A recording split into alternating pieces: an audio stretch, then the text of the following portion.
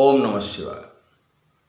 मित्रों, मैं आचार्य चंद्र प्रकाश परम कल्याण साधन यूट्यूब चैनल में आप सबका स्वागत करता हूं। मनुष्य के सामने तरह तरह की परेशानियां आती हैं, तरह तरह की समस्याएं आती हैं, जिनके निदान के लिए वो इधर उधर भागता दौड़ता है। लेकिन मैं आपको बता दूं, आज तो उस भगवान शिव एक ऐसे भगवान हैं, ऐसे देवता हैं, जिनकी शरण में जाने के बाद कभी कोई निराश नहीं हुआ। आज मैं उन्हीं के एक मंत्र के बारे में, उस अनुष्ठान के बारे में आपको बताऊंगा कि जब कभी, वैसे तो भगवान शिव का जो है मूल मंत्र ओम नमः शिवाय अमोघ और मोक्षदायी मंत्र है, लेकिन यदि कभी भीषण से भीषण परिस्थिति में घिर गए हों, विकट से विकट समस्या आपके सामने हो, भयंकर से भयंकर रोगों में ग्रसित हो गए हों, कहीं कोई रास्ता समझ में ना आता हो, चारों तरफ अंधकार ही अंधकार दिखाई देता हो, ऐसी स्थिति जब आ जाए तो मैं एक मंत्र आपको दूंगा, उसकी आपको साधना बताऊंगा। यदि आप उसको कर लेते हैं तो सच कर मानिए कि आपकी उस समस्या का निदान होकर के ही रहेगा। भगवान शिव की कृपा आपके ऊपर बरसेगी ही बरसेगी, यदि आपने पूर्ण श्रद्धा और पूर्ण विश्वास के साथ इस साधना को संपन्न किया तो। इस मंत्र का अनुष्ठान हमें कैसे करना है, कब करना है, पहले इस पर चर्चा कर लेते हैं। आइए, इस मंत्र का अनुष्ठान महाशिवरात्रि को बहुत ही फलदायक है। वैसे इसे होली, दिवाली, गुप्त नवरात्रि और रवि पुख्य योग, गुरु पुख्य योग, अमृत सिद्धि योग अथवा किसी भी शुभ तिथि अथवा नक्षत्र में इसका अनुष्ठान आप शुरू कर सकते हैं। लेकिन संकट अगर आसन्न है, हमें इतना समय नहीं है कि हम इंतजार कर पाएं, तो ऐसी स्थिति में हमें सोमवार, किसी भी मास का किसी भी पक्ष का सोमवार हो, आप उस दिन इसकी साधना शुरू कर सकते हैं। साधना को करने के लिए आपको संकल्प लेना होगा। आप संकल्प सहित साधना करें। ध्यान रखें कि संकल्प सहित की हुई साधना अपना फल दिखाए बिना नहीं रहती है। हालांकि बगैर संकल्प के साधना जब हम करते हैं तो हमारा श्रद्धा और विश्वास जब अटूट होता है, निष्ठा अटूट होती है, तो हमें फायदा उसका भी मिलता है। लेकिन इसका फायदा जो संकल्प सहित करते हैं, उसका फायदा अलग ही होता है। तो इसमें हमें 1.25 लाख मंत्र का अनुष्ठान करना है या 1 लाख मंत्रों का अनुष्ठान करना है। हमारी क्षमता के ऊपर निर्भर करता है कि हम इसे कितने दिन में करना चाहते हैं। जितना हमारे पास समय है, उस हिसाब से हम समय का निर्धारण करेंगे, जब संख्या निर्धारित करेंगे। और ये हमें अपने संकल्प में भी बोलना होगा कि संकल्प में क्या बोलना है। संकल्प में हमें ये बोलना है कि अपना नाम, गोत्र, अगर गोत्र नहीं मालूम है तो अपनी जाति, और स्थान का नाम बोलना है। अपनी समस्या बोलनी है कि किस समस्या के समाधान के लिए ये अनुष्ठान किया जा रहा है। तो कैसे करेंगे हम इसको, इसका विधान समझ लीजिए। वीडियो को पूरा देखना, क्योंकि कोई भी चीज़ छूट जाने पर साधना की संपूर्णता में शक की गुंजाइश बनी रहती है। फिर हमारी शिकायत बनती है कि हमारा कार्य पूरा नहीं हुआ। इसलिए मेरा आपसे आग्रह है और आपको सलाह है कि वीडियो को पूरा ही देखना। क्या करेंगे, जो तिथि हमने निर्धारित की है उस तिथि को सुबह स्नान आदि से निवृत्त होकर के भगवान शिव की प्रतिमा के समक्ष, शिवलिंग के समक्ष, मंदिर में अथवा घर में उत्तर अथवा पूर्व दिशा की तरफ मुख करके साधना को संपन्न करना है। आसन हमें ऊन का लेना है। सबसे पहले भगवान शिव को पंचामृत से स्नान कराना है, उसके बाद शुद्ध जल से स्नान कराना है, उनके ऊपर जलधारा छोड़नी है ओम नमः शिवाय मंत्र कहते हुए। उन्हें बेलपत्र अर्पित करने हैं, श्वेत चंदन का तिलक करना है, श्वेत मिठाई अर्पित करनी है और धूप दीप अर्पित करना है।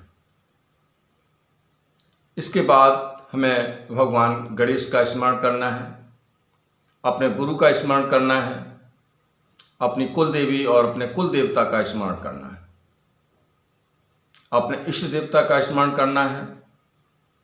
अगर आपके गुरु नहीं हैं तो फिर आप भगवान शिव को भी अपना गुरु मान करके ये साधना शुरू कर सकते हैं। माला रुद्राक्ष की है, होनी चाहिए, और जब आप जप करेंगे तो माला को ढक लेंगे। जब उपांशु होगा, उपांशु का मतलब पास में बैठा हुआ व्यक्ति आपके जप को सुन ना सके, यानी ओठ चलते रहें, जिह्वा चलती रहे, दूसरा व्यक्ति उस आवाज़ को सुन ना पाए, ये उपांशु जप होता है। इस तरीके से आपको जप करना है। जप संख्या पहले से ही निर्धारित कर लेनी है कि हमें इतने दिन में जप करना है, संपूर्ण करना है जप, और इतनी माला हमें रोज करनी है। इस तरीके से जब हम जप करेंगे, जप करने के उपरांत भगवान शिव का कोई सा भी एक स्तोत्र का पाठ कर लेना है। पाठ करने के बाद अपने गलतियों के लिए भगवान शिव से क्षमा याचना कर लेनी है। और ये एक दिन का हुआ, इस तरीके से हमें जितने दिन का हमने निर्धारण किया हुआ है उतने दिन हमें ये साधना करनी है। समय सुबह का बहुत अच्छा है, ब्रह्म मुहूर्त का समय बहुत ही अच्छा है।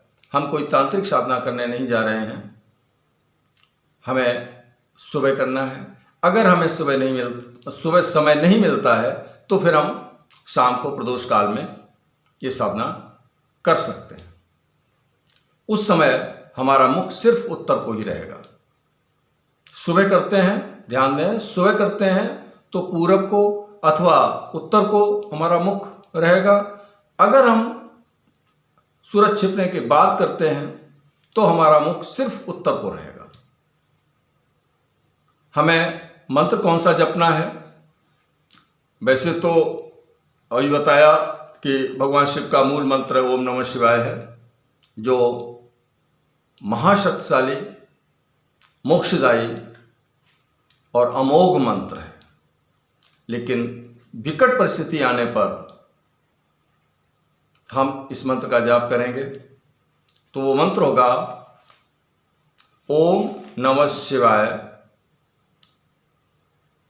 शुभम शुभम कुरु कुरु शिवाय नमः ओम।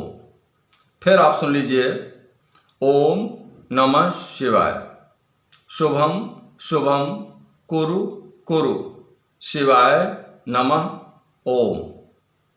एक बार फिर ओम नमः शिवाय शुभम शुभम कुरु कुरु शिवाय नमः ओम। इस मंत्र का जाप करना है। इस तरीके से हमारा जाप पूरा हो जाएगा। साधना काल में ब्रह्मचर्य का पालन करना है, शुद्ध सात्विक भोजन पर रहना है, तामसिक वस्तुओं का परित्याग कर देना है। अगर हो सकता है तो आप तख्त या ज़मीन पर सोएं।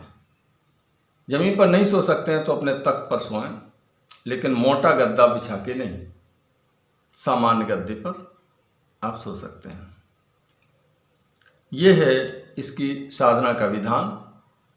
इस तरीके से जब हमारे जो हमने संकल्प लिया है, 1 लाख का लिया है या 1.25 लाख का लिया है, जब संख्या पूरी हो जाए तो उसके अगले दिन अगर समय है तो उसी दिन, समय नहीं है तो फिर अगले दिन एक छोटा सा हवन, बहुत छोटा सा हवन, मात्र 108 आहुतियों का हवन कर लेना है। सामान्य आहुति वो सामान्य सामग्री रहेगी और आम की समुदाय रहेगी। इस तरीके से एक छोटा सा हवन कर लेना है और इस तरीके से आपका ये अनुष्ठान संपन्न हो जाएगा। जो कुछ दान देना चाहते हैं आप दान दे दें, किसी जोड़े को दान दे दें, किसी कन्याओं को भोजन आप करा सकते हैं, किसी विवाहित दंपत्ति को आप दान में कोई चीज़ दे सकते हैं।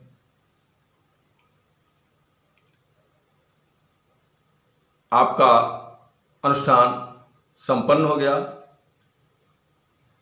अगर आपने पूर्ण श्रद्धा और विश्वास के साथ इस साधना को किया तो भगवान शिव की कृपा से आपकी विकट से विकट, भयानक से भयानक समस्या का निदान होके रहेगा। चाहे कितनी भी गंभीर से गंभीर समस्या हो, जीवन की कैसी भी समस्या हो, भयंकर से भयंकर व्याधि हो, भयंकर से भयंकर कमजोरी हो, भयंकर से भयंकर निगेटिविटी हो जो आपका घर ही नहीं छोड़ रही हो, वो इस मंत्र के जप के प्रभाव से घर छोड़कर चली जाएगी। भगवान शिव की शक्ति के आगे, भगवान शिव के दूतों की शक्ति के आगे कोई शक्ति टिक नहीं सकती। इसलिए ध्यान रखें, इस पर पूरा भरोसा करते हुए आप साधना करें।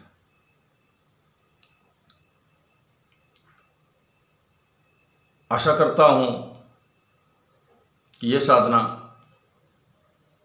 का जो विधान बताया है अच्छी तरीके से आप समझ चुके हैं।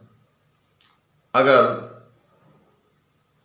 वीडियो अच्छा लगा हो तो इसे लाइक कर दें, मित्रों में शेयर कर दें। चैनल पर पहली बार विजिट कर रहे हैं तो फिर इसे सब्सक्राइब भी कर दें। मैं आप लोगों का वीडियो देखने के लिए